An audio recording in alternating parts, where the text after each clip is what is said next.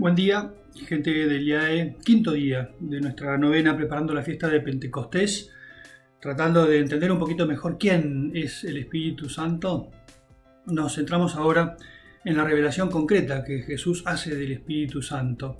Así como decíamos que en el Antiguo Testamento aparecía un atributo de Dios, como que el Espíritu de Yahvé Dios, de una forma casi impersonal, como una característica suya, actuaba sobre el pueblo de Israel. Jesús poco a poco nos empieza a desvelar un misterio escondido hasta entonces, y es que en el seno de Dios hay un alguien. El Espíritu Santo no es una fuerza cósmica, no es una especie de fuerza mágica, sino que es Dios en una de sus tres personas. Si nos fijamos en el modo en que Jesús habla de ese Espíritu que Él va a mandar, primero nos dice: el Espíritu del Padre, o les enviaré mi Espíritu, y Él les enseñará todo lo que ha de venir. Él es ese artículo personal con el que se refiere concretamente a una, valga la pena insistir, una persona dentro de la Santísima Trinidad. Él les enseñará lo que ha de venir. Él les explicará todo. Él hablará de lo que oiga. Es interesante ese versículo, capítulo 14 del Evangelio de San Juan, porque lo que oiga, ¿a quién? Al diálogo entre el Padre y el Hijo.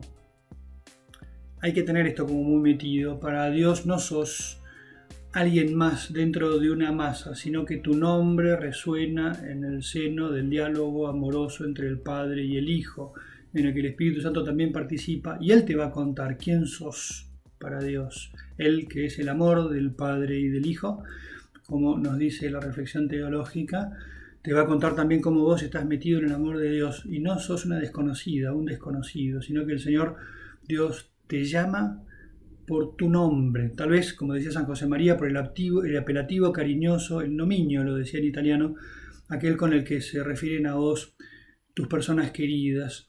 ¿Y qué es lo que va a hacer? Y acá prestamos otra vez atención a lo que Jesús mismo dice en el Evangelio, sobre todo en el capítulo 14, como para leerlo estos días de un modo como muy detenido, despacito, saboreando las palabras.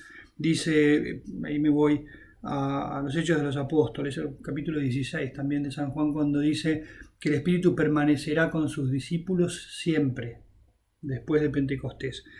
Que el Espíritu Santo yo se los voy a enviar, dice Jesús, para recordar y completar todas mis enseñanzas. Es lo que sale de ese texto. Es importante. Jesús no nos dijo todo lo que teníamos que decirnos. El Espíritu Santo nos va a ayudar después a entender. Dice Jesús, el Espíritu los conducirá por el camino de la verdad.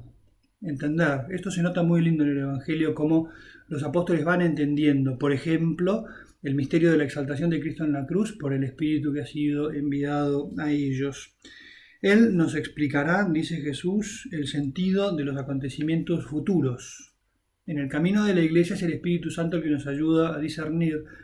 A veces cuando pensamos en las cosas de Dios, no pensamos solos, sino que el Espíritu Santo se va como metiendo en nuestros pensamientos para darnos luces. No sé si, supongo que sí, alguna vez te habrá pasado a decir, pero mira lo que dice acá el Evangelio. Ahí está el Espíritu Santo ayudándote, otra palabra que usa Jesús, a ver lo que está pasando con su mirada, a ver lo que te está diciendo Jesús en la Sagrada Escritura. La presencia del Espíritu Santo en la lectura creyente de la palabra de Dios es una de sus marcas más fuertes. El Espíritu Santo me glorificará, dice también Jesús, es decir, me hará visible a los ojos de cada uno de ustedes para que puedan entender. Nos explicará todas las cosas. Estoy buscando verbos que están en el Evangelio, Y Él es el gran paráclito que nos está defendiendo. Paráclito, palabra griega, que se refería a una función judicial del, podríamos llamarlo así, el abogado de pobres y ausentes, diríamos ahora, ¿no? Un defensor nuestro delante de Dios. Jesús es el primer defensor nuestro, si hiciera falta. Y tenemos otro abogado, otro paráclito, dice Jesús, que es el Espíritu Santo. Insisto, como si hiciera falta que alguien nos defendiera delante de Dios. No hace ninguna falta. Entonces, que sigamos eso, haciéndonos cargo de lo importante que es la presencia del Espíritu Santo en nuestras vidas. Es el que nos ayuda a entender nuestra fe. Y como diría San Bernardo, me encanta esa frase, dice, no solamente tenemos el saber, sino que tenemos que tener el sabor de Dios. Juega con las palabras en latín, suena idéntico en castellano. A veces tenemos el saber, pero no tenemos el sabor. ¿Quién nos ayuda a entender esa palabra, a poder asimilarla como algo importante para mí y que me llena? El Espíritu Santo. Que nos acompañe a Él en ese camino de intentar escuchar su palabra. Él no se muestra. A veces aparece simplemente como una iluminación durante un momento de reflexión, como una inspiración a hacer algo porque lo he entendido mejor, a vivir mejor la caridad, a comprometerme mejor con quienes me rodean.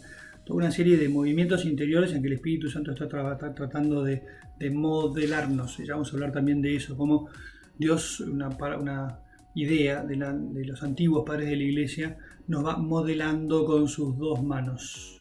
El Padre tiene la mano del Hijo, la mano del Espíritu Santo, que van como si fuéramos arcilla buena, modelándonos a su imagen. Pidámosle al Espíritu Santo que nos abra la inteligencia, que rompa la costra de nuestro corazón para abrirnos a este misterio. Nos bendiga el Señor, Padre, Hijo y Espíritu Santo.